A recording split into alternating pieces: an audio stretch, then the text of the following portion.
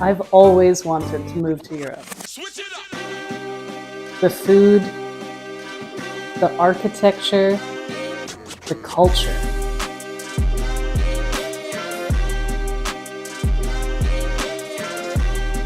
But after a few half-baked attempts, I had unofficially given up on it. Which is funny in itself, as dreams don't have deadlines.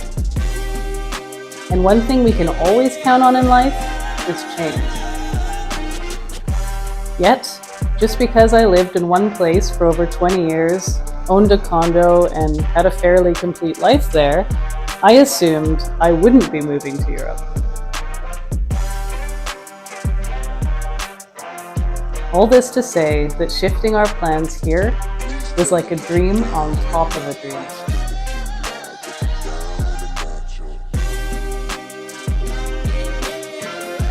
Both of my grandfathers came from the old country. One from Ireland, the other from Denmark. I never met either of them, but presumably they left their respective countries for the hope of a better life in Canada.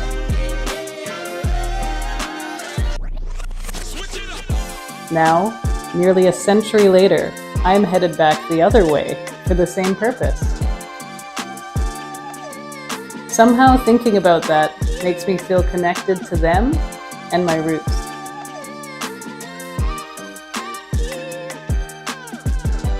Leaving British Columbia felt complicated for me.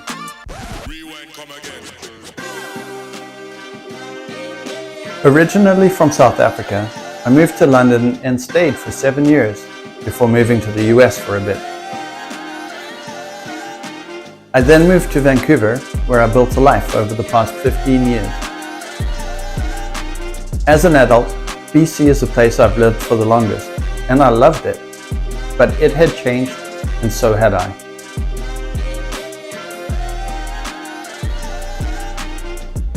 Landing in Porto has filled me with excitement and trepidation. I truly love Europe. I love the melting pot of languages, food, and culture. I feel the same as I did when I landed at Heathrow many years ago. Exiting the underground into the busyness of Covent Garden, I sat on my backpack watching the spectacle of it all. I had never left South Africa and felt completely overwhelmed. Now, leaving the calm forest sanctuary of B&Ps to move to Europe with only 4 nights of accommodation booked felt crazy. It felt big.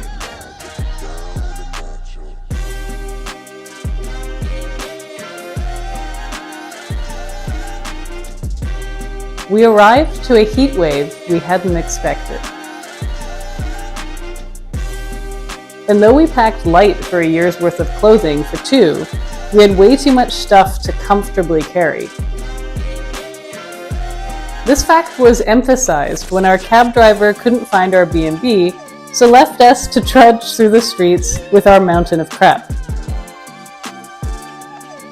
Despite our many travels, we felt like newbies.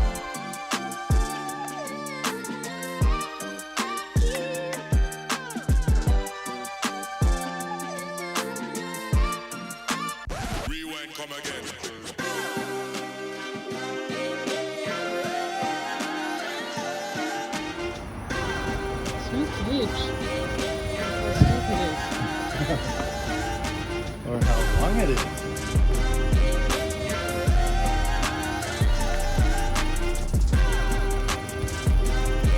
City hiking.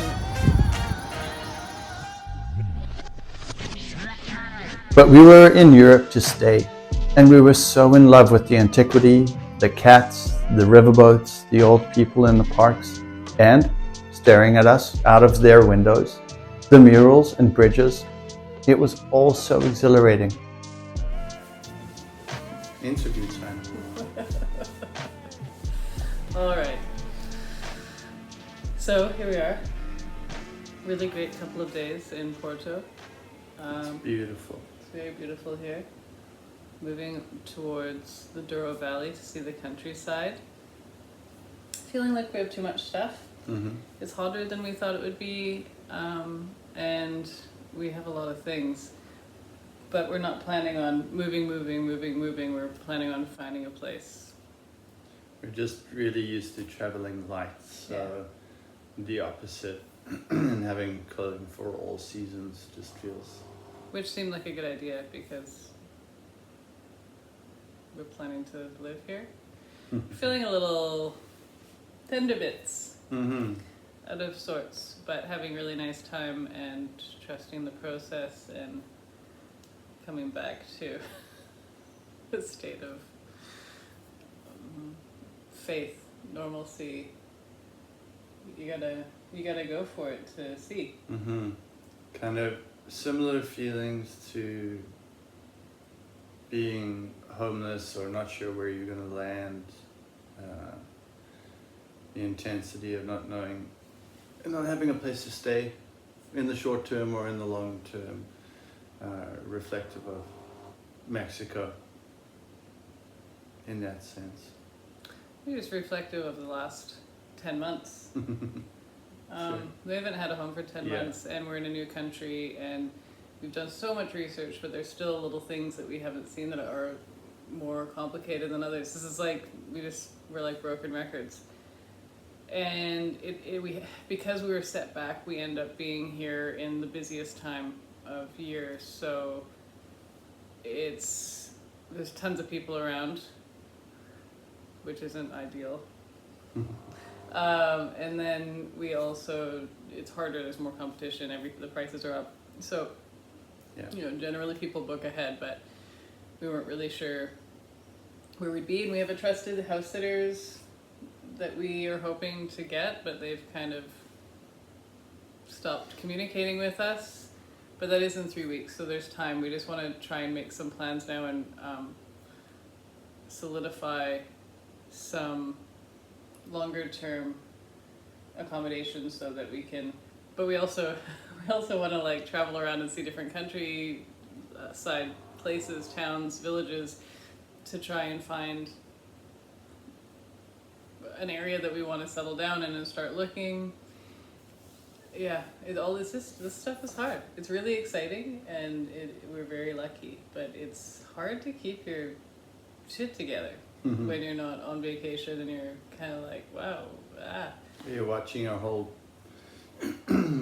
budget really carefully, because it's not this finite timeline that you can just go and party or whatever. Well, I mean, we haven't been watching our budget at all, Neil, but I have a panic every day and a half or so that I have to talk myself down from. Know that the funds are there, we're going to spend, we're going to eat into some of our savings here, and it's going to be okay. And sometimes I relay that to Neil, and sometimes I don't. I'm a little bit psycho about money. But you can't get buried with it. No. And I wouldn't want to. But I also want to really make the most of what we have. So we're just same as before, but we're getting better at I think bringing each other back. Yeah. To a place of we got this, and the food here has been really good. We've been eating and drinking a lot. Which helps. But we've only been here, we arrived on the 27th technically, and it's the 31st today. 4 days? Yeah. So we've been here, I think this will be our 5th day. So we're reminding ourselves not to get too ahead of ourselves. And we're looking into camper vans, because it seems like a good way to have a place to stay and tour, but it also is crazy hot here in the summer in the central areas we're going to be driving through. So I don't know. It's either you just have to choose something at some point and go for it. But we have 3 days of accommodation ahead of us in the Douro Valley. We're going to just hunker down a little bit, smaller town. Look into that and try and line some stuff up. And probably there'll be fairy dust that just comes and pew, pew, pew, because you can't take any of this too seriously. And we'll go for beautiful walks in the countryside. Or up mountains, we'll see. Or up mountains, which is what we're learning that we need to do. Getting back in shape. Yeah, after our flat forest walks. it's true. Okay, that's it.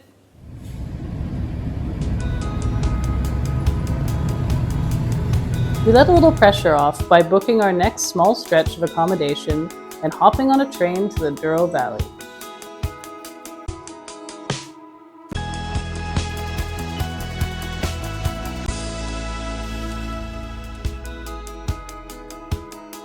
The wine country was truly beautiful, with its terraced vineyards and life along the river.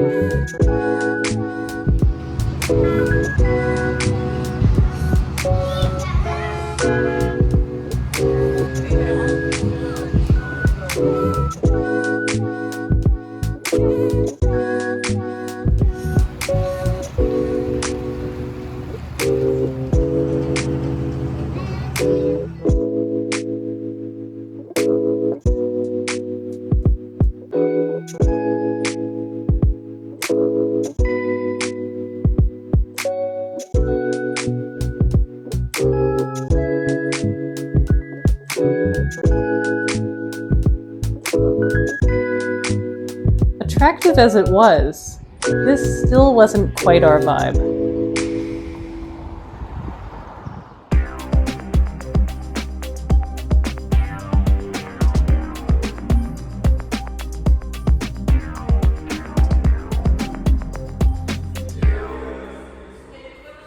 We decided we would be better served having our own wheels, so we went back to Porto to rent a car.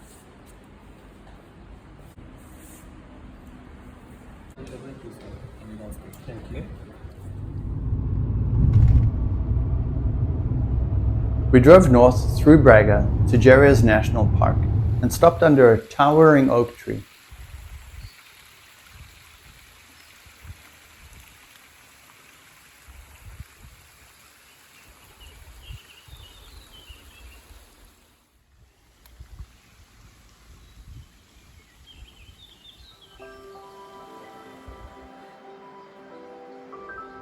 Our room here had a spectacular view that we couldn't get enough of.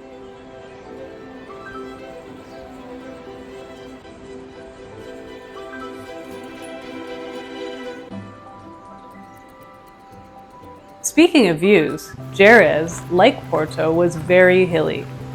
The short walk from our accommodation to the village could be considered a hike with its kilometer elevation gain.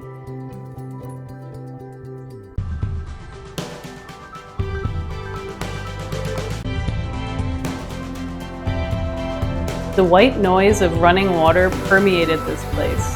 Water springs were literally gushing up out of the earth everywhere.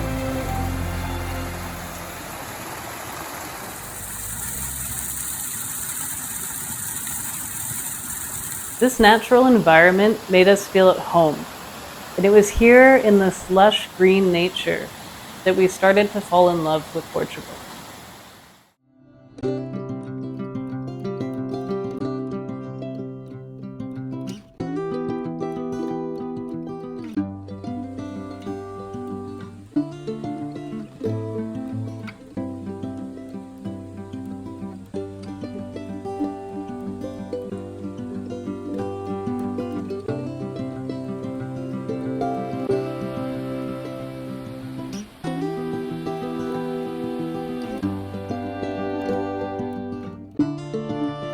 The winding mountain roads were harrowing and full of close calls with other motorists, but thankfully relatively empty.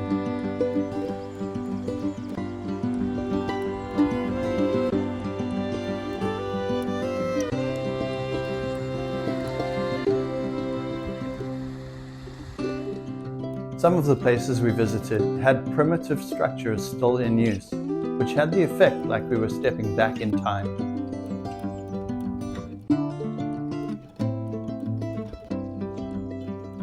Other than the odd modern windmill or radio tower, there was little sense of the current world in the countryside here. People even still shepherd livestock.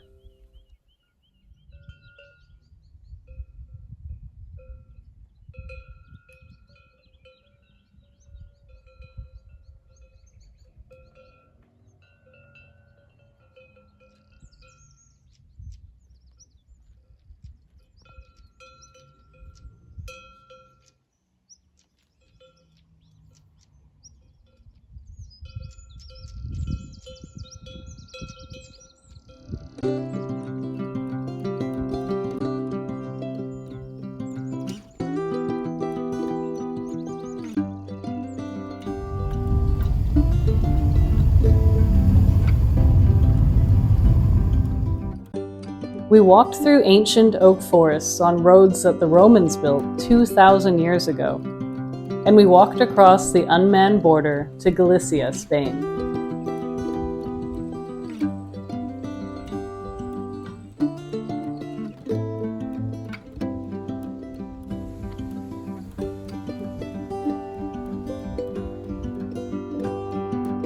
On our way to the small town of Ermida, traffic was stopped by semi-wild Guarano horses.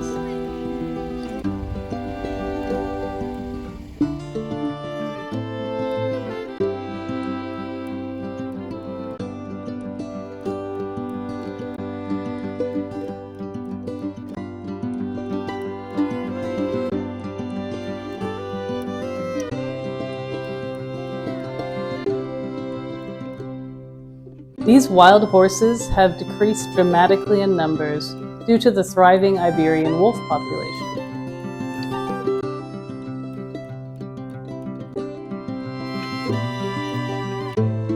There are mandates to increase the numbers of Guarano, which is why many of them have tracking collars.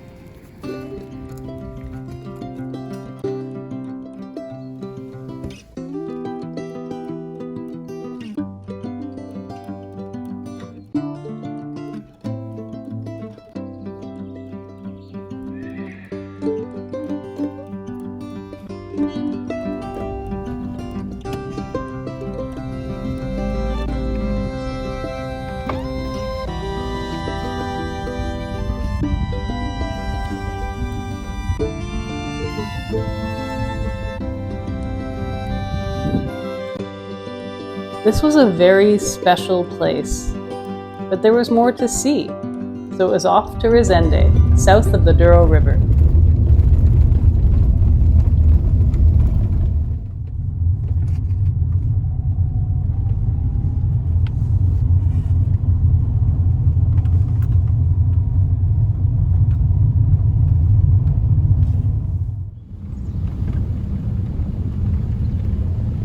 This is back in wine country, but Resende is known particularly for its fine cherries, or cerejas.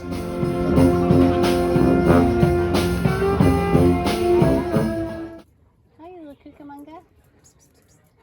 Oh, you're not interested, hey?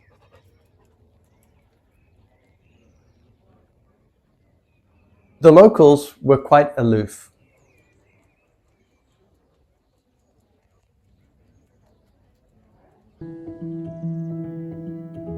We chose a farm stay for our accommodation here. The main house was beautiful, and we took some notes for our future rentals.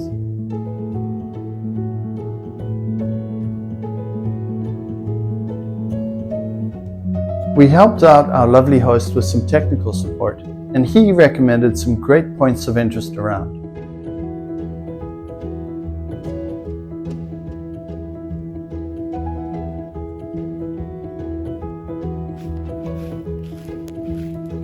We enjoyed more incredible views here, especially at sunset.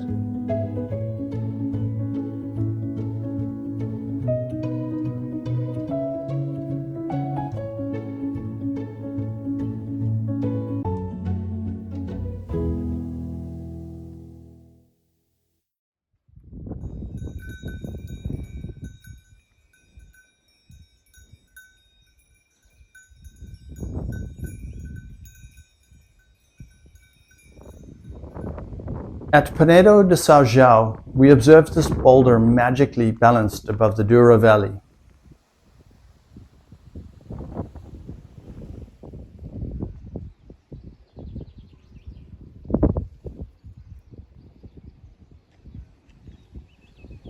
The panoramic views were incredible.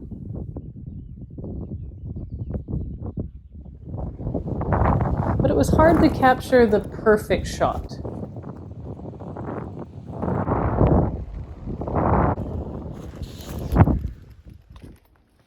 Evidence of medieval structures surround the park, and we caught a shepherd taking a nap while their herd's bells provided music for our visit.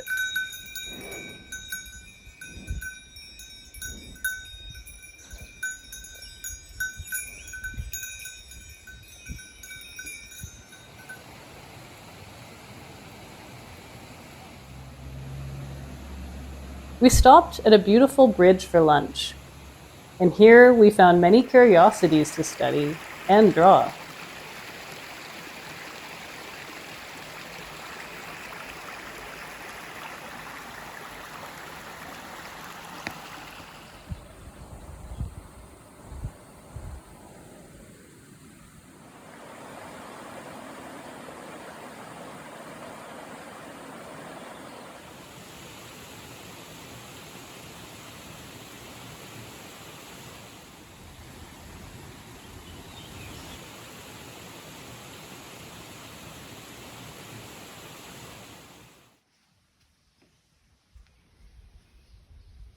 Then it was our last morning at the farm stay. We were headed further south to Viseu with some planned stops on the way.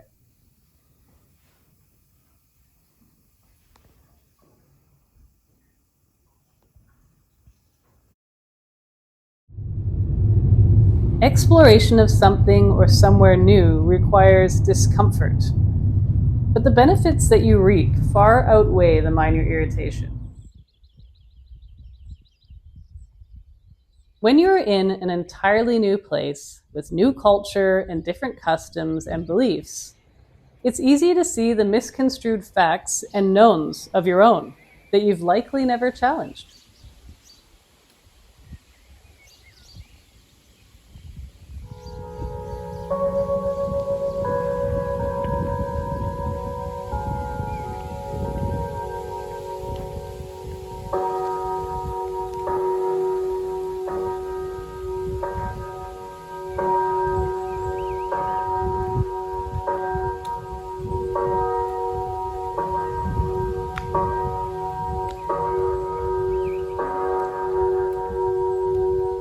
Exploring also makes autopilot less available. Simple tasks like a trip to the grocery store require presence, attention, openness, and learning. Because of this, we are becoming more autonomous thinkers and believers. We have come to enjoy this process of growth along our journey.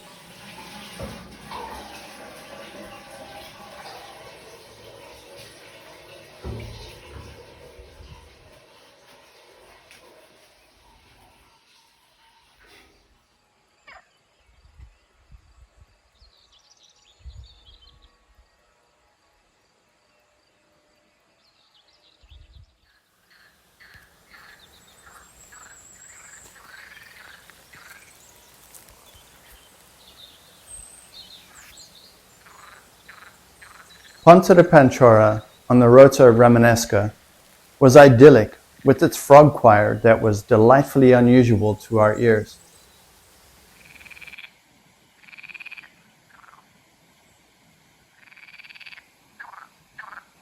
It was around this time, several years into our journey to find our sanctuary, that we started to truly understand the concept of El Camino. How you can find what you are seeking, not at the destination, but through the Odyssey itself.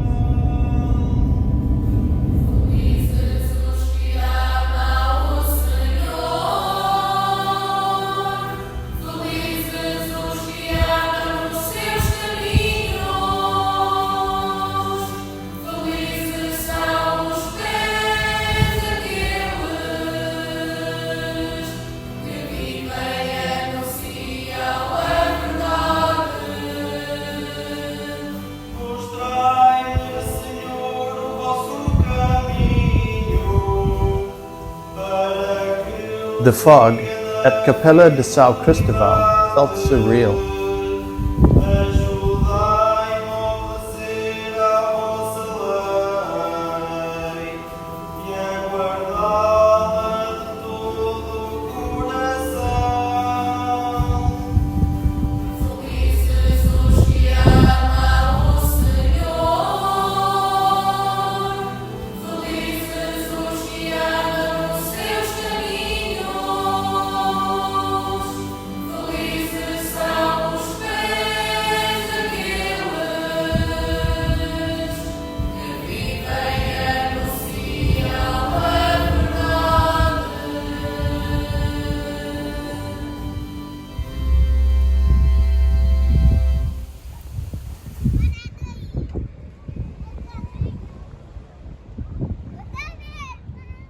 Eventually, we made it to the coast for our first pet sit in Portugal.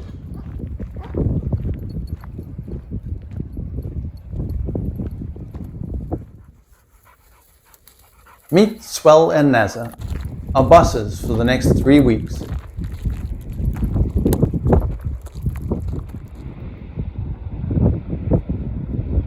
This coastline was stunning and wild.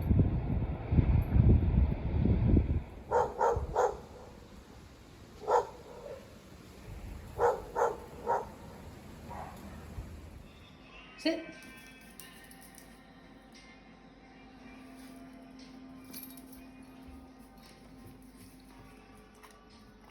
It was so nice to cook for the dogs and for ourselves for the first time in a while.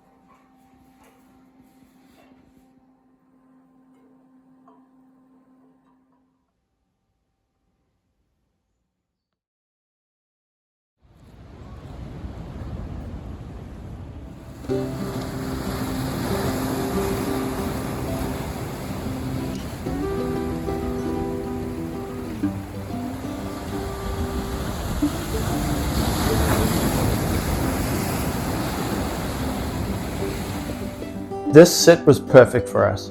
We got to check out a new area of Portugal for free. We had privacy and we had 2 new friends to play with. And we had 3 weeks in one place, so we felt like we could start getting some work done.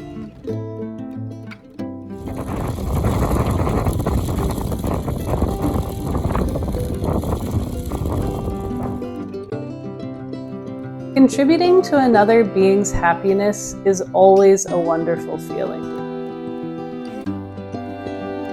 But with animals, happiness is so easy to achieve, and most are great role models for how to live as well.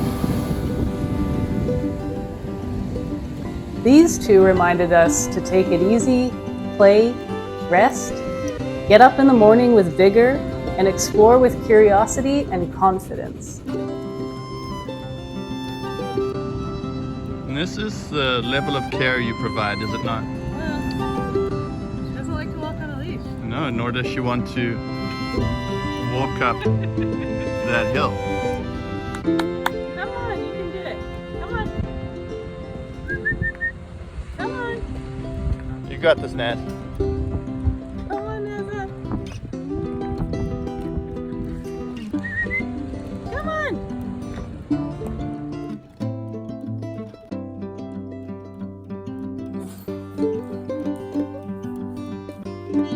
It's 1:19. And Naz has decided I've done enough work. Done enough work today.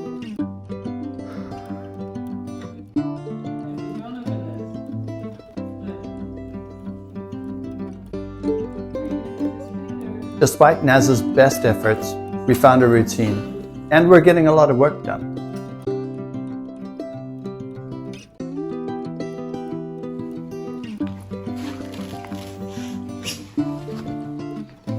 Really enjoying your morning punishment?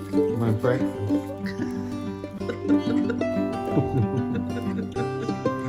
Life was happily slow and simple again.